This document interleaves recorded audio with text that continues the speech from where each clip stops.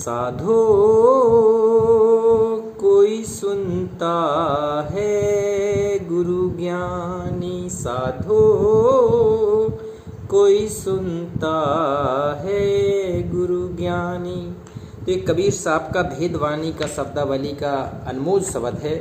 इस शब्द के माध्यम से ओम सोहम की श्रुत, त्रिकुटी, श्रुत, नृत, इला, पिंगला, सुषमन, ये सारे भेद इसमें आपको बताए जाएंगे। बहुत अनमोल शब्द है ये, शेयर करें। कोई सुनता है गुरु ज्ञानी, गगन आवाज होती झीनी। कोई सुनता है गुरु ज्ञानी, गगन आवाज होती झीनी। पहले होता नाद बिंद से और फिर जमाया पानी। कहते हैं कोई सुनता है गुरु ज्ञानी, कहते हैं वो जो सच्चा ज्ञानी होगा, सच्चा गुरु होगा, जो आपके दिल की आवाज़ को सुनेगा, आपकी धड़कन सुनेगा, आपकी पुकार सुनेगा और आपके पास आके आपका काम करेगा। गगन आवाज़ होती है झीनी, कहते हैं उस सत्पुरुष की, भगवान की जो आवाज़ है बड़ी पतली होती है, गगन मंडल से आती है और बड़ी पतली होके वो आपका सिग्नल देती है।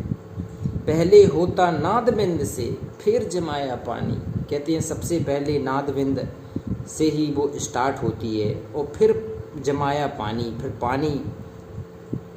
कहते हैं पानी से पैदा नहीं, श्वासा नहीं शरीर, अन्न आहार करता नहीं, ताका नाम कबीर। तो ऐसा है वो सतपुरुष, ऐसा है वो भगवान। कहते हैं शब्द स्वरूपी राम है, जिसका आकार शब्द रूप में है। शरीर नहीं है, हाड़ मांस नहीं है, लेकिन शब्द रूपी भगवान है सतपुरुष कबीर। कहते हैं पहले होता नाद बिंद से फिर जमाया पानी और सब घट पूरन पूर रहा है, आदि पुरुष निर्माणी। कहते हैं घट घट में समाने वाला राम है। कहते हैं मेरे घट घट में बसने वाले राम, यही है वो पूर्ण परब्रह्म परमेश्वर सत्य पुरुष अविनाशी राम। कहते हैं जो घट घट पूर रहा, घट घट में समाया हुआ है, हृदय में समाया हुआ है। आदि पुरुष निर्वाणी, निर्माण देने वाला आदि पुरुष, सत्य पुरुष, जो पूर्ण मोक्ष देने वाला भगवान है, वो यही सतगुरु है। जो तन पाया पटा लखाया, तृष्णा नहीं बुझानी और अमृत छोड़ और विषय रस चाखा और उल्टी फांस फसानी। देखो कैसे बता रहे हैं सतगुरु कि जो तन पाया पटा लखाया। कहते ये मानस जन्म बहुत दुर्लभ है और पटा कहते मिले ना बारंबार और तरवर से पत्ता टूट गए फिर बहुत न लगता डार। तो कहते हैं सतगुरु ने जो सौदा दिया है, सतगुरु ने सौदा दिया है भक्ति करने का इस मनुष्य शरीर से और कहाँ जाने का, उस पूर्ण ब्रह्म परमेश्वर के यहाँ सतलोक चलने का है ये। तो कहते हैं अमृत जो तन पाया पटा लिखाया, ये पट्टा लिख दिया सतगुरु ने, अपना लेख लिख दिया तेरे ऊपर कि अगर तुझे मनुष्य जीवन लिखा है और तूने भक्ति की तो तुझे वहाँ ले जाएंगे पूर्ण ब्रह्म परमेश्वर के घर। जो तन पाया पठा लिखाया, तृष्णा नहीं बुझानी। और तेरी तृष्णा बढ़ती जा रही है, तृष्णा नहीं मिट रही तेरी, काम क्रोध लोभ मोह अहंकार पांचों विकार नहीं मिट रहे तेरे। और अमृत छोड़ और विषय रस चाखा। अमृत क्या है? भक्ति। सतगुरु के चरण में बैठ के, सतगुरु को दंडवत प्रणाम करके, सतगुरु की आज्ञा पालन, सतगुरु का सुमरन करके, सतगुरु की चरणों की सेवा करके, आरती उतार के, ये है अमृत। और कहते हैं अमृत छोड़ और तू विषय भोग में लग गया, तेरे अंदर काम वासना बढ़ गई, क्रोध बढ़ गया, लोभ बढ़ गया, मोह बढ़ गया, अहंकार बन गया। और कहते हैं विषय और उल्टी फांस फंसानी, फिर तू उल्टा काल के जाल में फंस के रह जाएगा, तेरी साधना अधूरी रह जाएगी, तेरा ये मनुष्य जीवन का लक्ष्य तेरा अधूरा रह जाएगा। तो कबीर साहब हमें चेता रहे हैं वेदवाणी के माध्यम से कि अब समय है इस मनुष्य जीवन का सच्चा लक्ष्य पहचान ले और सच्चे उस भगवान के यहाँ चलने की तैयारी बना ले, जहाँ जाने के बाद फिर इस संसार में कोई नहीं आता। ना लख 84 का योनियाँ भोगनी पड़ती हैं, ना गर्भावस्था का कष्ट उठाना पड़ता है, सीधे भगवान के घर शाश्वत शरीर प्राप्त होता है। 16 सूर्य के बराबर तेज पुंज वाला नूरी शरीर सतगुरु के सतपुरुष के सतलोक में मिलता है। तो कहते हैं अमृत छोड़ विषय रस चाका, उल्टी फांस फसानी। और ओम कहते ओ हम सो हम बाजा बाजे। कहते हैं जी तेरी श्रुत है ना सतनाम की, ये ओ हम सो हम श्वासा बाजे। और त्रिकुटी श्रुत समानी, कहते हैं इससे भी ऊपर आपको त्रिकुटी में श्रुत समानी पड़ेगी। सोहम हद तजी जब भाई, सत्यलोक की हद पुन आई।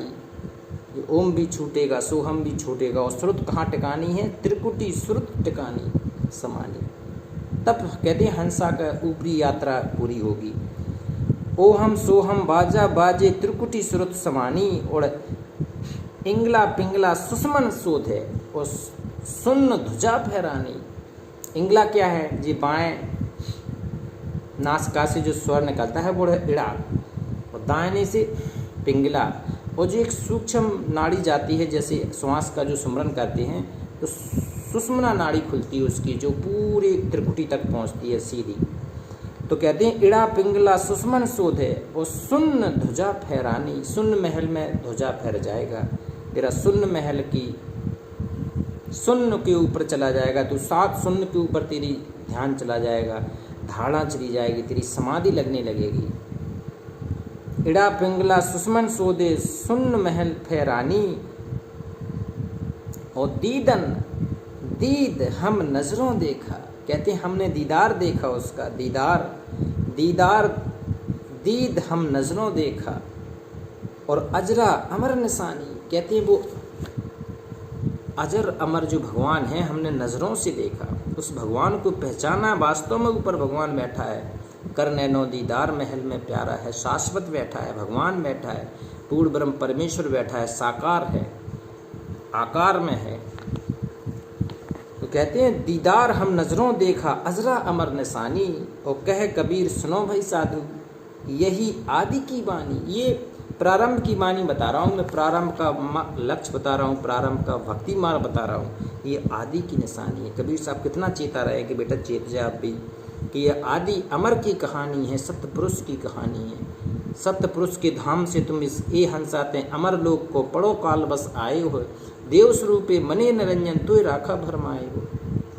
अब नहीं आना इस देश से लोग, हंसा अब ना आना है दो देश, ये काल का जाल है। तो सतगुरु हमें चेता रहे कि बेटा भक्ति करके सतलोक चलो। एक शब्द और लेता है, साधो ऐसा धुंध अंधियारा। ये अंधियारा इस काल के लोक में अंधेरा है, और इससे उजाले में बदलना है। सतपुरुष के घर चल के, सतगुरु को अपने हृदय में धारण करके, सतगुरु का जाप करके, सतगुरु को कहते हैं कहीं आपकी जगह हो ना हो, आपके दिल में जगह होनी चाहिए गुरु की।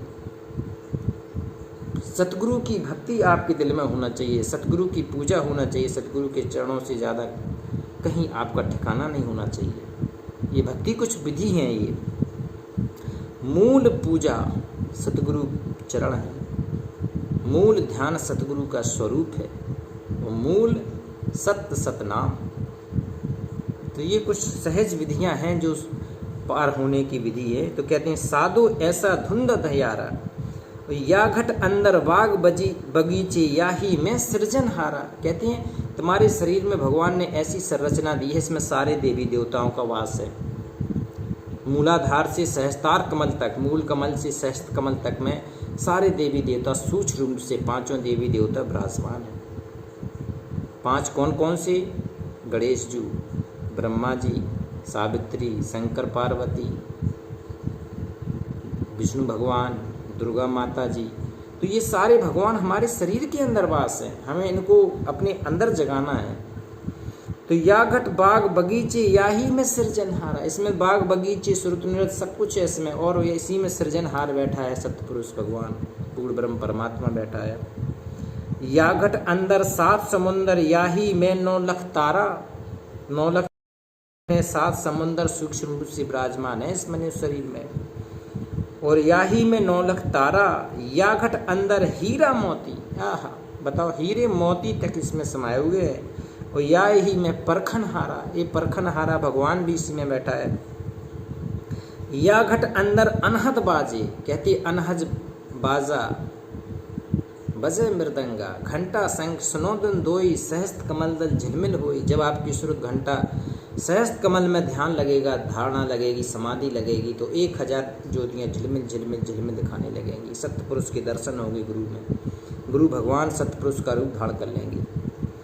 तो कहते हैं या घट अंदर 7 समुंदर याही में 9 लाख तारा, 9 लाख तारे इसी में सूक्ष्म से विराजमान है। या घट अंदर हीरा मोती, और याही में परखन हारा, इसमें परखने हारा भी है। या घट अंदर अनहद गरजी, अनहद भी जिस इसी में गरज रहा है। याही में उठन फुहारा, इसी में फुहारा उठ रहे हैं, फब्बारे उठ रहे हैं। कहीं आगे भटकने की ज़रूरत नहीं है, कहीं भटका खाने की ज़रूरत नहीं है, केवल अपने ध्यान में उतर जाए, अपनी आत्मा में उतर जाए, अध्यात्म में उतर जाए। या घट अंदर अनहद बाजे, याही में उठन फुहारा। वो कहन कबीर सुनो भाई साधु, याही में गुरु हमारा। इसी में हमारा सतगुरु बैठा है, जो पल पल हमें मार्गदर्शन करता है कि बेटा गलत काम नहीं करने का, गलत नहीं करने का, अहित नहीं करने का, भक्ति करने का, जीवन सफल बनाने का, सतलोक चलने का, इस काल की नगरी को छोड़ के उस पूर्ण ब्रह्म परमेश्वर दयाल की नगरी, सतपुरुष की नगरी चलने का है। तो ये अनमोल शब्द हैं, ये कबीर शब्दावली के अनमोल शब्द हैं। बीजक के 3 भाग हैं, साकी शब्द रमैनी। तो ये शब्दावली का भेदवाणी के पाठ चल रहे हैं, एक एक आपको रहस्य बताए जा रहे हैं। इसको जरूर शेयर करें आप लोग। नमस्कार।